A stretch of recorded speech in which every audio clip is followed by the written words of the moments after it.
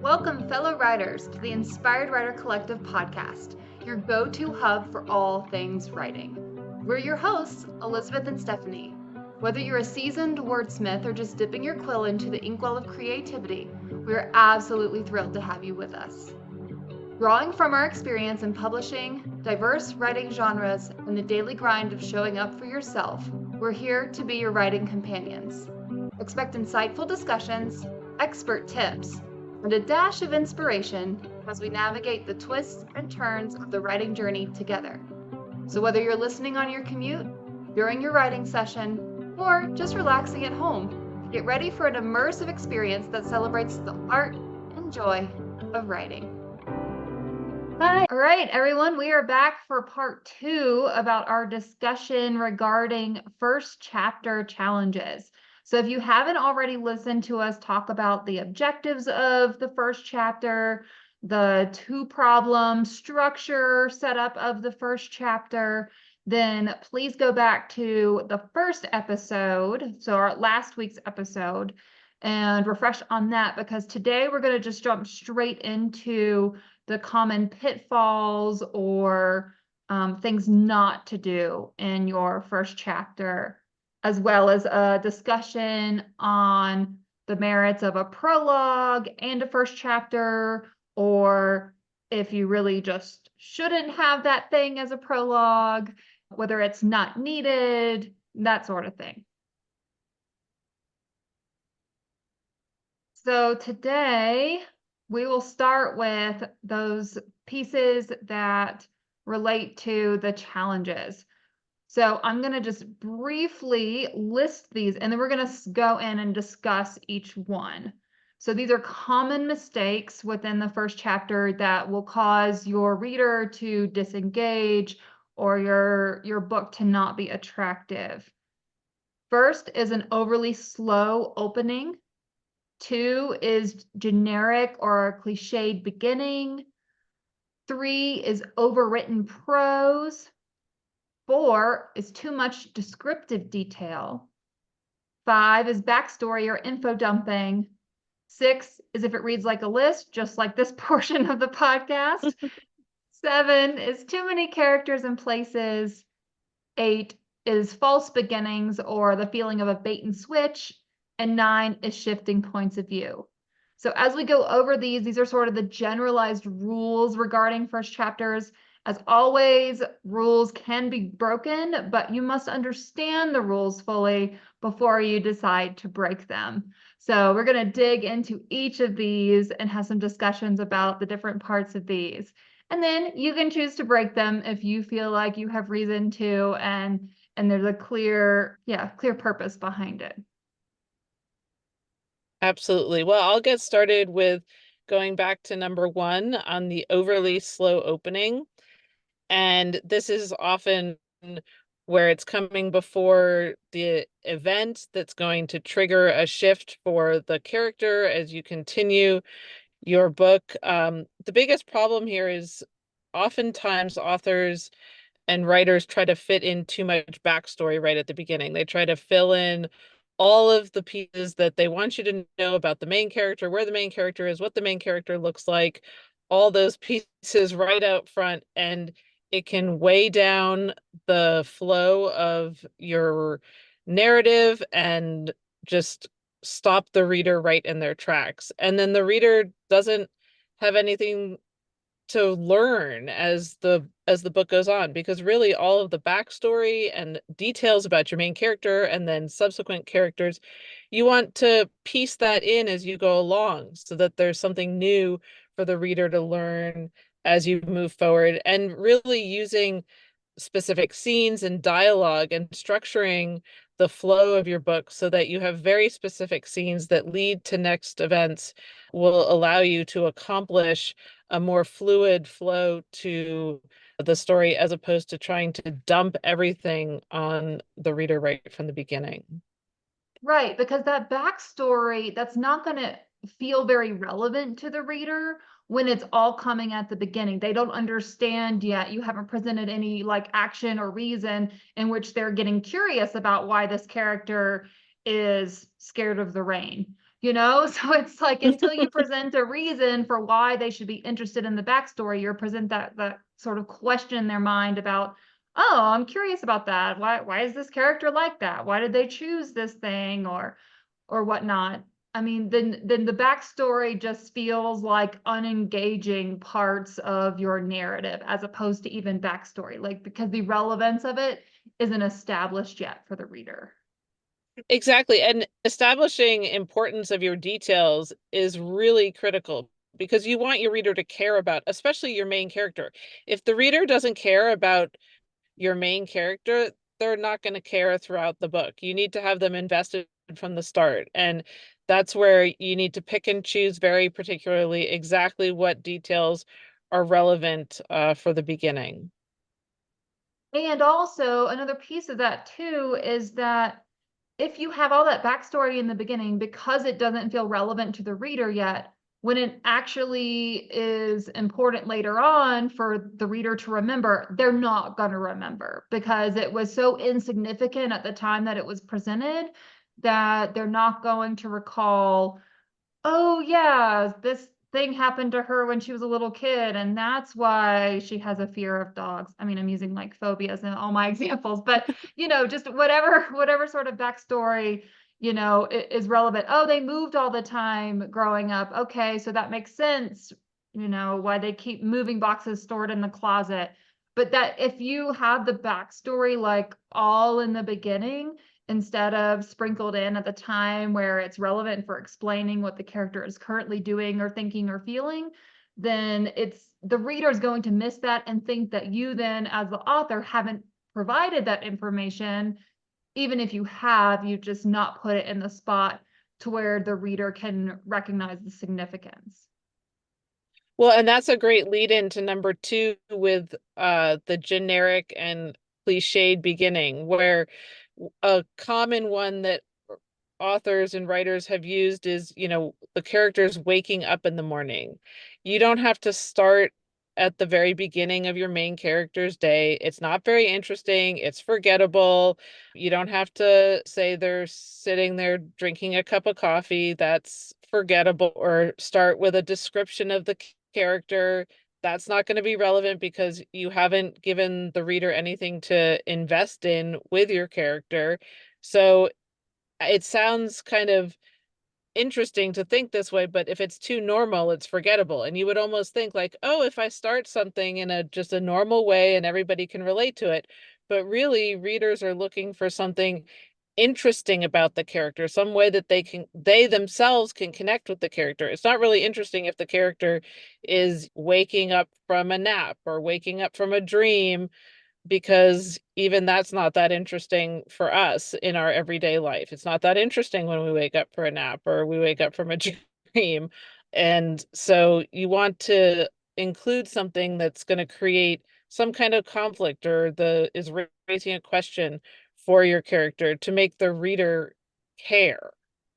Yeah, unless we immediately find out in the next sentence that this character is bound and gagged and woke up in a strange place, now that might be a reason to use, to break this quote unquote rule about this cliche opening, but you've just presented the whole reason why, why you're using this cliche. So you justified why you've broken the rule and you've presented something that is very intriguing. And now all your readers are wondering, oh my gosh, how did they get here? They're finding this, the character is finding this information out as the reader is finding this information out. So, it's new, and this is how you might have to present the scenario in your book, but you have to have justification if you're going to break that rule.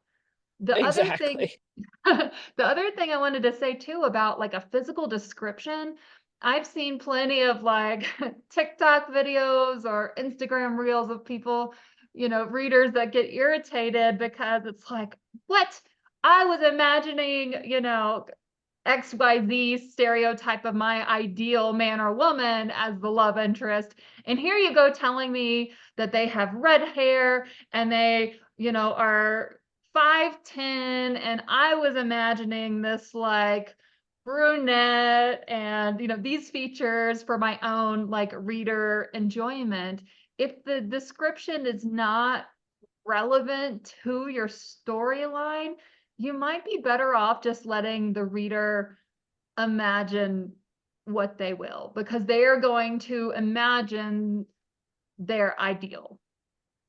Well, and that's the magic of reading for so many people, is that they want to create the movies. It's like when it's, the common argument around, well, the book is better than the movie because everybody's like, well, this is how I imagined it. I didn't imagine, that person playing that character, or I didn't imagine it that way. And so, I mean, that's really what makes books so wonderful for readers, is when they can create the movie for themselves as opposed to having it all spelled out for them. And it goes back to, the Stephen King quote that we had about leaving some of the details up to the reader to determine, that you can put in little bits about an appearance, maybe how a character has their hair, or, they wear their hair in a particular style, but they're not telling you that, it's blonde, and that they wear a certain color eyeshadow, and that they always have this, type of lipstick on, or whatever it might be in their appearance. And so that really is where you have to decide for yourself, is it really important, or is it just details for you as the writer, as you've created your character description so that you know who you're talking about? But is that really relevant to the reader? That's something important to decide, especially right up in the beginning, in the first I chapter. remember when I was younger and the Harry Potter books came out, like while I was at that like reading level. So, we were anticipating the next book and the next book, and Mm-hmm. then the movies started coming out. And I remember having this certain view of Hermione before I ever saw the movies, and it was in contrast to Emma Watson, and so that was a little bit jarring. And of course, like the books continued to come out after the first movie, so then I would read the books with sort of like the actors in the place of the characters, but that was not how I originally imagined some of those characters to look. If I remember correctly, I think I imagined her as like a redhead. Like, and I remember not being the only one. Like, I remember that being part of the discussion about the movie, as like, oh, these characters aren't quite how I imagined. But then, Hagrid was exactly how I imagined, and Dumbledore seemed, on point. And but yeah, that can be, a little bit jarring for your readers if you're painting a very specific physical description.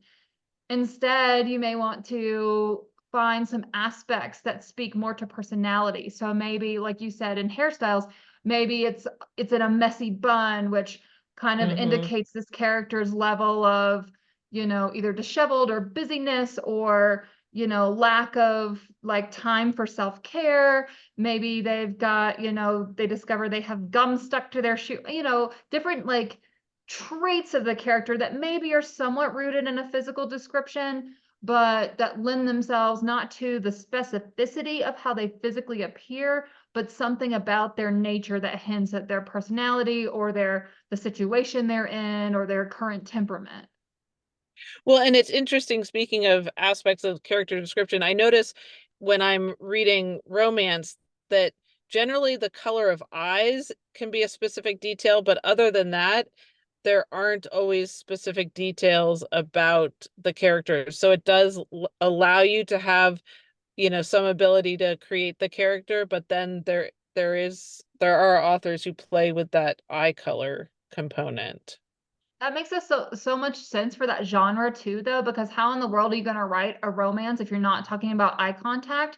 And how in the world are you going to write about eye contact and just ignore the, the character's eye color? Like, what is it you're like? What is it you're Right, actually seeing if you're not, falling into these pools of blue, or this, that, right. and the other, like the hazelnut of this. And I can't imagine, yeah, you doing anything like to the contrary. But that's a good point, that yes, there are some features, and part of that is understanding as a writer the genre that you're writing for, Mhm. to understand like what your audience is gonna, what your readers are gonna expect.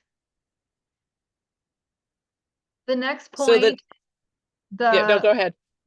is the overwritten prose. So that would be something that's really flowery or especially literary in nature, a lot of times this happens because of a writer spending so much effort and time and energy into their first chapter because of the inherent significance of it. But unfortunately, what usually ends up happening is that that tone, that style of writing is not true to you as the writer. So it quickly gets like shifts to your own more natural tone for the remaining book. So it doesn't give the reader a really true sense of your narrative tone, of your storytelling style. While when you look at the quote unquote classics, they're written, with a lot more of this like prose and flowery language. I mean, the first sentence of Tale of Two Cities takes up like the whole first page, right? It was the best of times, it was the Sometimes worst it of was times, it was the age. yeah. And that was, expected by the reader back in that era, but that is not something that you would expect to see today. That's not something that most readers are looking for.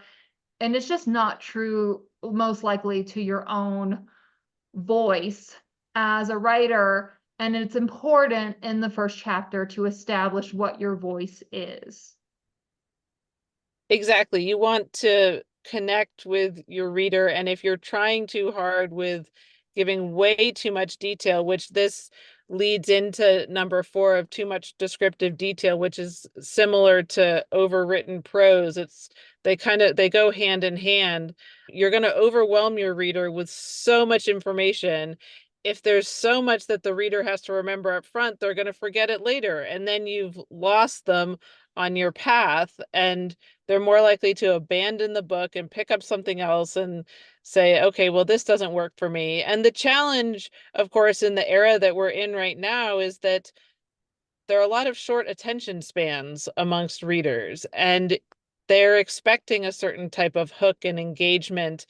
And you want to encourage readers to pick up your books. You want them to say, oh, wow. And you want it fast paced. You want it to be a page turner. And there's a place for your details, but it doesn't have to be all up front right away and trying too hard to prove yourself in your first chapter. That's not the purpose of the first chapter at all. This makes me think of when you go online to find a recipe and you like click on the link and then you immediately click on the jump to recipe link that's at the top of the page, because otherwise, if you start scrolling, you're going to get this whole backstory about where this recipe originated from and the different alterations you can make to the recipe before you ever get to see what the actual recipe is. I feel like that's a great analogy for what this feels like to your reader if you put so much descriptive detail ahead of the actual action of your story. Again, I it's like, why is this relevant? Now, if I get to the recipe and I'm curious, like, oh, can I use frozen chicken? Or how would I alter if I did this? Or has the creator of the recipe tried this or that? Or, what other alterations could I make? Or setups? Does this work in an air fryer instead? Then I Mhm. can go look for that information, or then that information can be presented at a time that I'm able to actually consume it and hold on to it and find it relevant. But otherwise, it's just a whole bunch of stuff that your reader is not yet interested in. I love that connection to recipes, because I find myself doing that all the time, because I get so frustrated by the, 20 different pictures of different angles of the same step in the recipe, and then the ads that pop up, and then, all the other things that just keep coming at you. And I'm thinking, I just want to know what the recipe is. And then, like you said, you can go back, but when you're picking up a book, you don't want to have to keep going back and trying to remember specific details, and you don't want to have to wade through the what can start to feel like mud and just slogging through all the details just to find out what's happening. And so that leads into number 5 with the backstory or information dumping, when you're there's so much going on right up front with the character, and you're just continuously giving more details and more information, or you're in the character's head and you're having, a psychoanalysis of some moment that just happened, but it's not even relevant to the reader about why this character is thinking this, why they're thinking about doing something next. And sometimes it can make the reader feel like they're being preached to, like that, as if they couldn't figure out for themselves about the character, when you should be using actions in the scene and the dialogue to move that forward so that the reader is making the conclusions for themselves, as opposed to relying on you as the writer to give them all the information. Readers don't need all of the information. Well, that's a good point too. And I've seen this before, and I find this to be very true, that readers want to feel smart, so it's like they want you to give them just enough, context clues that they know they're on the right track, where they're not feeling uncertain if they're interpreting what you're trying to convey correctly or not. But they don't want you to just straight out tell them either. At least not until later. You can confirm it for them later, but they want to feel like they've figured it out, like they understand what's going on. They want to feel smart. Exactly. And that's why you want to make sure that you're taking your time and carefully selecting the details that you want to include. And again, as I mentioned before, the backstory and a lot of information is great for you as the writer. Maybe you have tons of notes, in your Scrivener or wherever you're writing, in the margins of, your Word document or whatever it might be, notes to yourself, but it doesn't all have to go to the reader themselves. Hmm. Right. And ultimately, number 6, you don't want it to read like a list, which is what can happen, especially if you are heavy on the backstory, the info dumping, the descriptions. Those are the kinds of things that tend to be conveyed in a list format, right? Like all these physical characteristics, or multiple sentences in a row that describe the setting. Instead, you want to use that ABA format, or action, backstory, action. Exactly. Well, and that can be driven too by dialogue, that the action can be dialogue that is moving the story forward, and then it allows the reader to come to their own conclusions, as opposed to you giving them, this is the setting, this is where they are, this is what it looks like, this is what the character is doing, this is what the character looks like, and all of those pieces. You don't have to, again, you don't have to spell it out for the reader. You want to leave enough that the reader is wanting to know more, and so they read on in order to learn more, whether it's about the character or whether it's about what's going to happen next. And that brings us to number 7, with if you have too many characters or places that you're trying to bring in all at once at the beginning. You want your first chapter to be about your main character, because you want your reader to care about your main character. You want, if there are too many voices that are starting at the beginning of the book, you're going to confuse. It's going to go back to what we've already talked about. There are too many cooks in the kitchen, essentially. There are too many people jumping in and being a part of the scene that the reader isn't sure. So, you don't want to be having a family reunion in the first chapter where you're introducing your main character and all of their, oh, this is their cousin Joe, and then this is their mother Alice, and this is, and then going on and on and on, because the reader will definitely abandon the book. At least I know I, as a reader, would abandon the book if I'm having to learn too much too fast. Right. And if you're really going to have a huge cast of characters that require being named, AKA they're characters that continue to return, if it's just the barista and that's the only scene she appears in, like, or she doesn't, appear in any significant role, she's just taking money and handing out coffee, you don't have to name her. But if you do have, like, this entire, like, small town, and it's all pivotal and all these, interconnected relationships, especially because you're writing a series where some people are more significant in one book versus another, you may need a character list somewhere, at the back of your book for reference purposes, if you really are going to have that many named characters in your book. But you're right, Stephanie, and not picking the, like, opening action scene, like pick something else that, gives us a little bit of an ease in, maybe the ride to the family reunion. So we meet a couple of the characters first, and then there's not as many new characters when we get to the family reunion scene. And a cousin can just be a cousin if, Mm-hmm. if they don't hold a significant role in like the storyline. The other thing, and this kind of it goes along with these characters, but also kind of jumps back a little bit into the like backstory and or background and info dumping piece.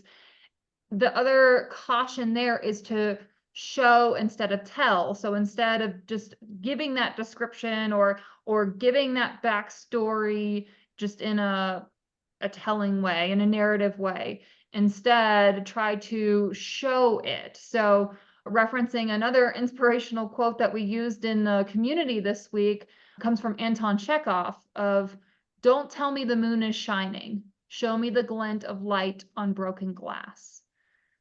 So, I mean, very Yeah. talented author. So I don't know that I would have Yes. come up with that to translate, but that's a great demonstration of the show versus telling aspect, Exactly. and trying to set the scene instead of just saying the more basic truth, try to find a Mm-hmm. way to work it in where it's more showing. It's where you're describing an ambiance or not saying necessarily what the character is thinking, but instead describing their actions that lend the reader to believe that they're nervous instead of saying they're nervous. You can describe how they're like fidgeting with their hair, they keep looking, down, or they're, fumbling their keys, whatever is relevant to the story. But it just makes it a lot more dynamic when you show it instead of tell it. There are times and places for telling, so that doesn't mean like take that all away. The reader does want Mm-hmm. insight sometimes, but where you can, showing usually leaves a stronger impression. Well, exactly. And showing also goes back to what we were talking earlier about the ability of the reader to create the movie in their mind. When when you show aspects of a scene to the reader can then feel like they're right there in the scene as opposed to having it explained to them.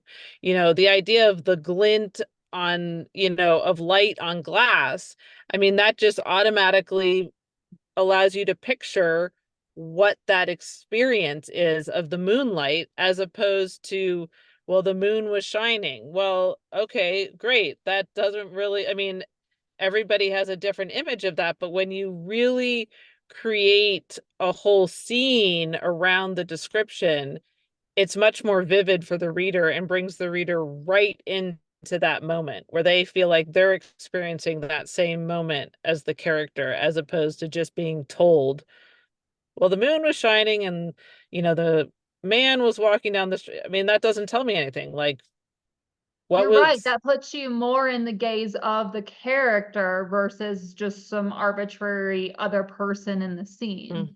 You're right. Mhm. That does put you like more in their shoes when you're describing it that way. Yeah, and so going on to number 8, false beginnings or bait and switches, where the you're killing off a character too soon, or you meet someone and there's a whole event that happens, but then it moves on to something else. And this goes back to what we were talking before about, to try not to have your character waking up from a dream, because the dream might not be relevant at all to the storyline. And you could be spending all this time describing this dream that the character has.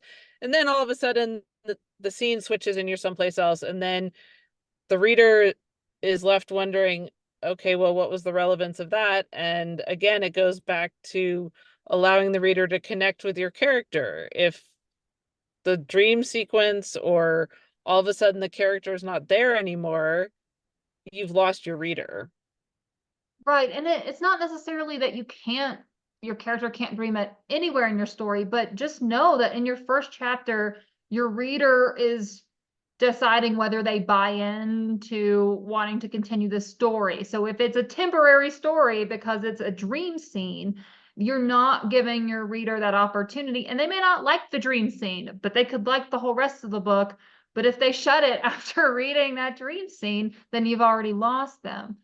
the other thing, with the killing off the characters, like, you don't want your reader to become emotionally invested in a character, typically in a character that you're going to then just kill off in the next chapter.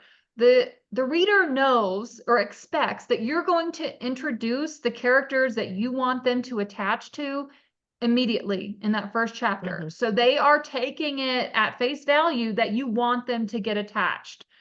And then for you to, immediately kill off this character, you're kind of abusing your reader. You're taking advantage of the fact that you know that they're going to get attached because that's the expectation that the writer has with the reader in a general, scape. And so then you're kind of playing off of their expectation to dramatize the death, and it's not really fair. Like, it's kind of a cheap shot, right? Versus like actually building in the intrigue through literary means versus kind of abusing your reader's expectations of you.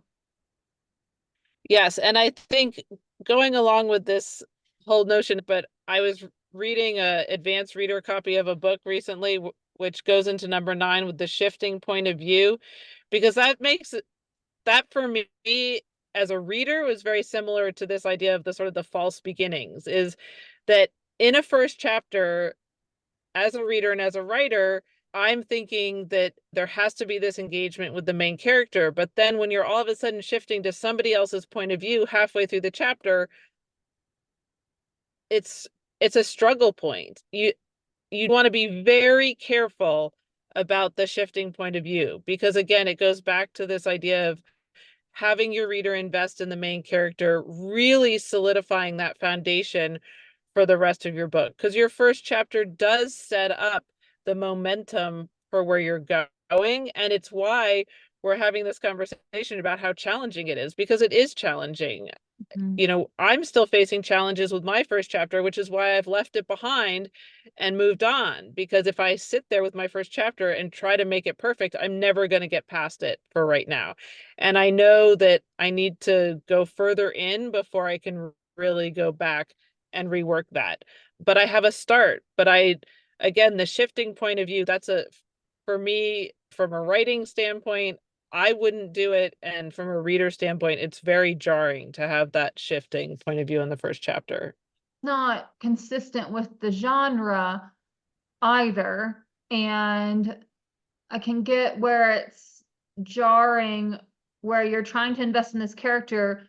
You're typically within a romance meeting both of the love interest, right? The main character and then the love interest. So you already are meeting like the important people, but to suddenly have the point of view shift and suddenly you're being told to get invested in this other person's point of view, whereas the standard practice is to alternate POVs between chapters if you're going to have multiple POVs. I get why that would seem, really sudden and out of left field to be in the middle of a chapter and all of a sudden a new paragraph shifts and now you're suddenly in someone else's head. Yeah, it is startling. So not recommended. Again, their rules are rules, and the whole Yes. point is to understand why they are there, what the consequences are for breaking them, and then ultimately you may choose it's in your best interest, it's in your story's best interest to break them. And that's your prerogative, but it's important to understand the why behind the rules, because a lot of it has to do with reader expectations and reader enjoyment. And as a writer trying to sell their books and get positive reviews on their books, those are things that you have to keep in mind. It doesn't mean that you can't to break the rules, but you should know the consequences that may come with some of these rules. Exactly. This wasn't listed as one of the rules, but we want to take a minute to talk about prologue or first chapter. Stephanie just referenced some of the struggles she's been having with her first chapter, and I feel like my first chapter struggles are summarized really well in this discussion of prologue versus first chapter. right now my first chapter takes place with me on a mountain hike at the realization all of a sudden that I was really lonely and I didn't understand why I felt so deeply lonely, given that I was building community in my new home, that I seemed to have, at least on paper, a lot of things going for me. And I was surprised by the feeling. So there's a lot of, because I'm solo on this hike, there's a lot of like introspective stuff and not a lot of action. Now, this was definitely a pivotal moment in my understanding of my world, but it wasn't pivotal from like an action standpoint. And so I've had some questions about whether this is still really a first chapter, whether I need to pick a totally different moment as being the first chapter, something that has more action, maybe something that's a little bit later in the story. The other story I've thought about putting at as the first chapter is my experience with last Mother's Day. That was definitely kind of a tipping point, new realization of the current status of my relationship and feeling like I wasn't acknowledged in my role as a mom. So I've played with the idea of making that the first chapter instead and embedding the hiking story back into the regular timeline or sequence of events, because my memoir does follow a general like chronological timeline. But then I'm also not sure what my transition then would be, because the second chapter goes all the way back to like third grade. So whatever story I put first, if I'm going to put something, out of order, it's then going to jump back to third grade. My other option is to just have the first chapter be the current second chapter and just start it in third grade. But I don't think that story, while it's important for understanding my origins, I don't think that story adequately portrays to the reader what they can expect from the rest of the book. I think they'll understand the relevance once I present, a chapter that shows where we're ultimately going. But I don't think that chapter, at least as currently written, would do that.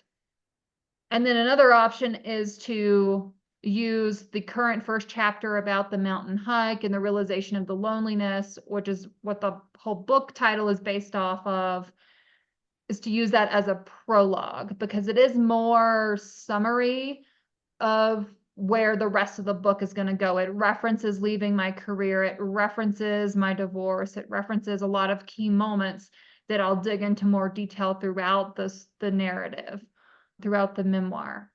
So I've been struggling with this same sort of question as a writer of, is this a first chapter? Is this a prologue?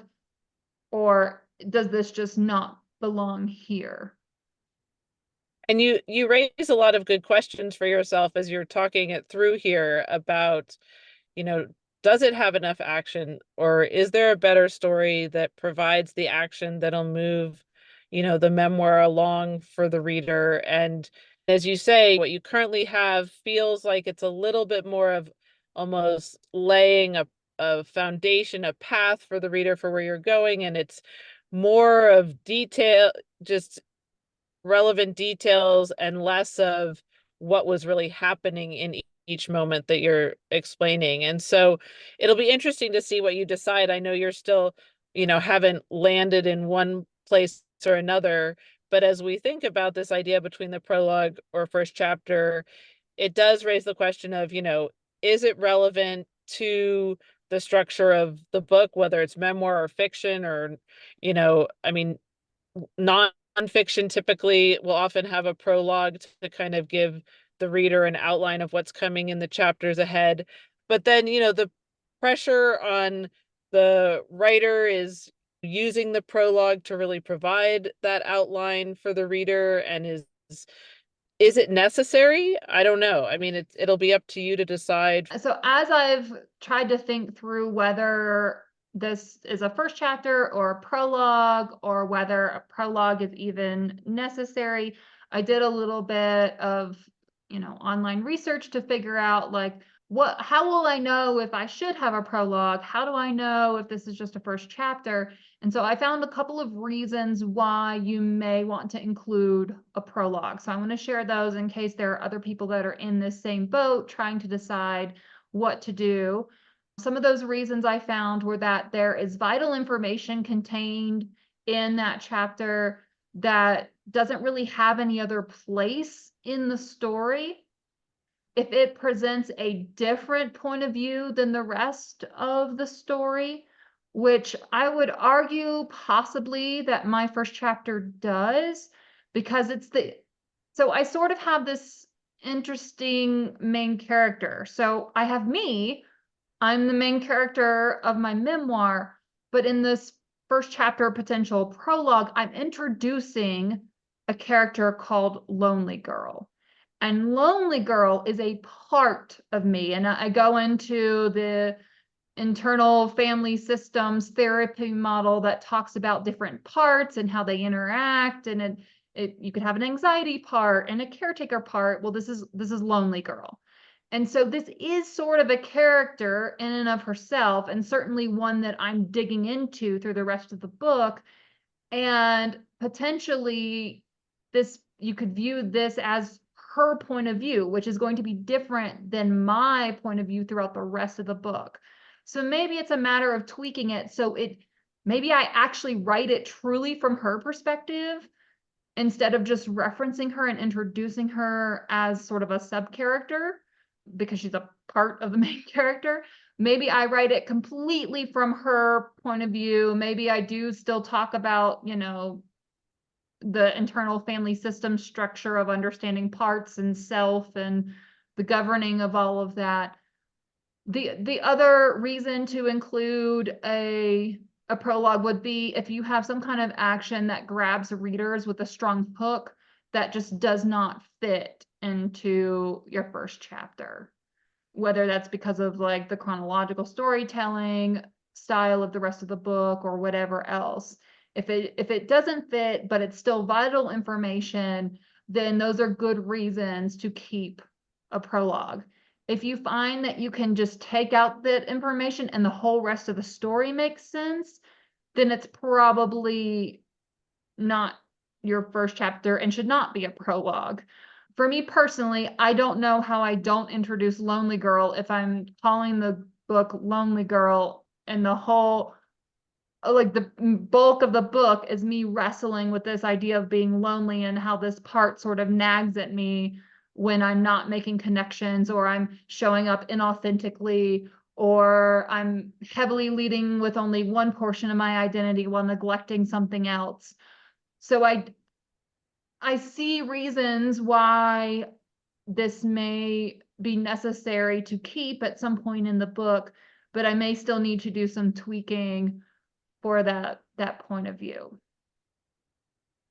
Well, and actually you bring to mind when you're talking about introducing your lonely girl and yourself, that makes a good argument for why it would be relevant to have a prologue to present the points of view that are going to be coming through in your memoir so that the reader is set up for understanding what that's going to look like in the book.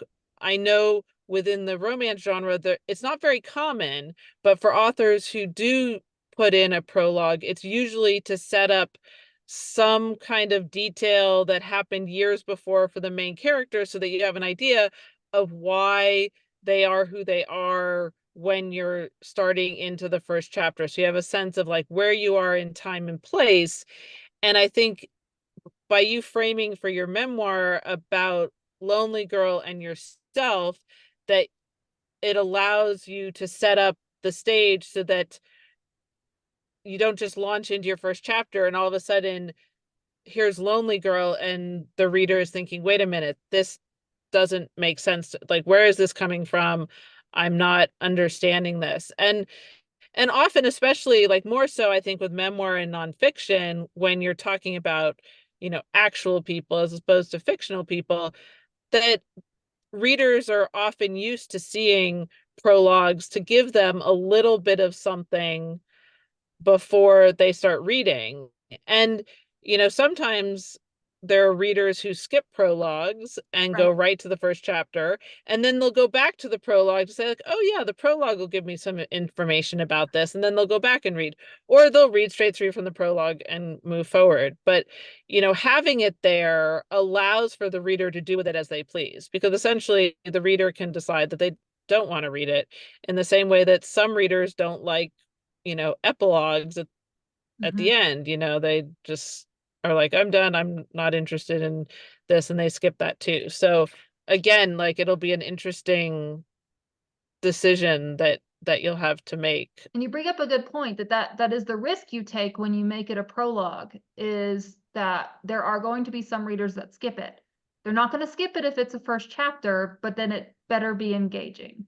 So Hmm. it can be really tricky to decide, which way to take your story. It probably will require some feedback for me from like beta readers. I might send out like a couple of different options to a couple of trusted writer friends of mine to see what option like seems to resonate the best.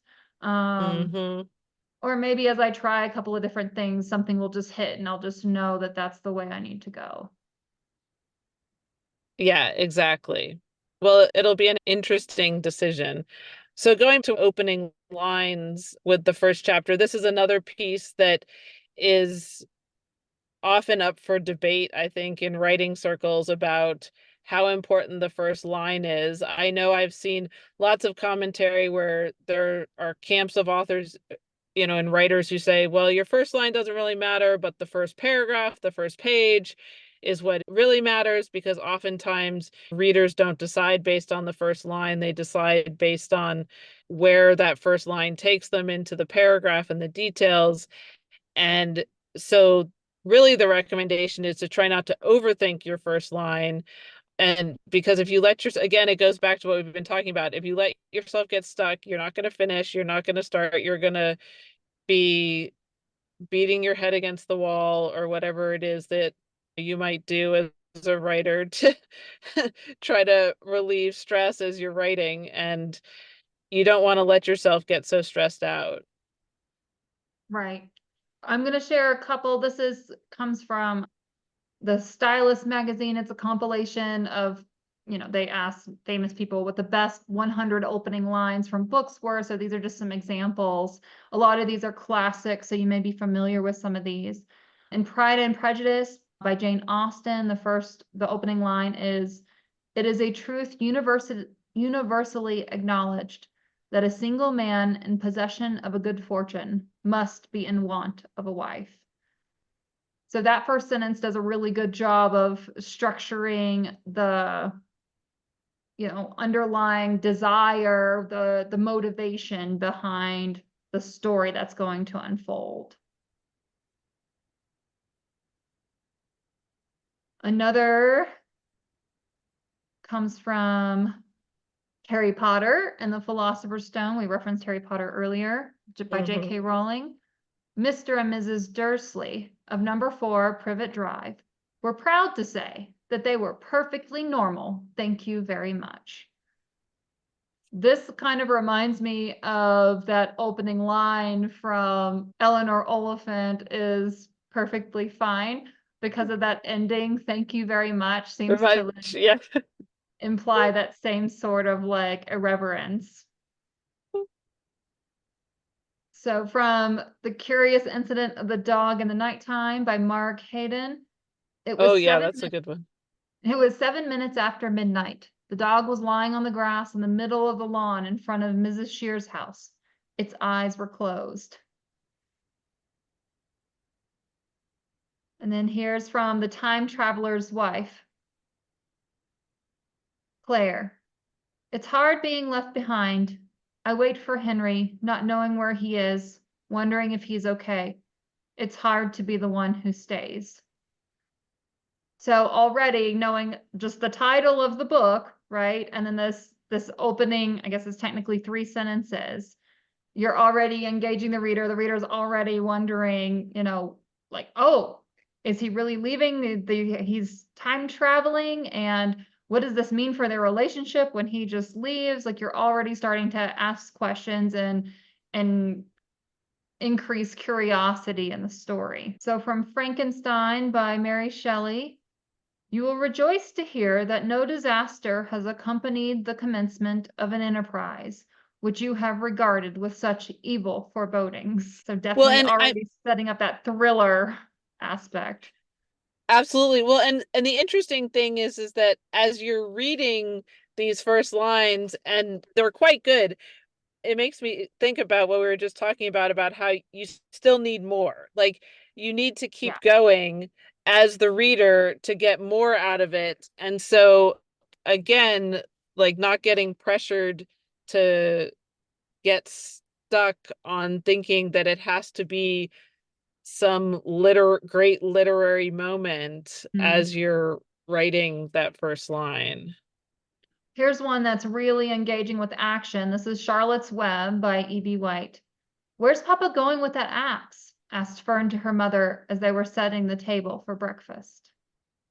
Oh yeah, that's always one that is very commonly referenced because I mean that just sets you up with a whole image of the farm and the axe. Here's Oh, from, this is the last one I'll share, from Peter Pan by J.M. Barrie. All children, except one, grow up. So not hold only on. does that capture the whole premise of the story, but it definitely sparks that curiosity of like, well, yeah, that's sort of a universal truth. All children grow. What do you mean, except one? Like, but do you not grow up? So, listener, if you've enjoyed this conversation, both this week and last week, about the first chapter, even the discussion about the prologue, these are topics that we're going to include within each of our monthly book clubs, looking at how the different authors we cover are addressing these own issues within their story, how effective we've found them to be as we read through the entire book. And I wanted to share with you guys a little bit about the stuff we're working on the back side. And of Yeah, so course, listener, if you're listening to us on our podcast, go find us on YouTube to see the images that Elizabeth is about to share here, and you'll be able to see exactly what this workbook and discussion guide looks like. right. So as Stephanie was saying, we've created a workbook and discussion guide to go along with the book club, our Read Like a Writer book club, which is held monthly. And so you can read along with us. And in this workbook, you'll be prompted to do a little bit of first impressions before you begin to read, looking at the cover art, the title, your expectations for the genre or the author if you've had previous exposure to any of their works. And then there's specific questions regarding the prologue and the first chapter. And then we will dig into the characteristics like world building, plot lines, tension and conflict, character development, and that sort of thing. But we wanted to give you a little sneak peek into that. Though that will be a part of our book club space within our community. So if you are already or want to become a member of the Inspired Writer Collective, that workbook and discussion guide will be, you'll have access to that by the beginning of February.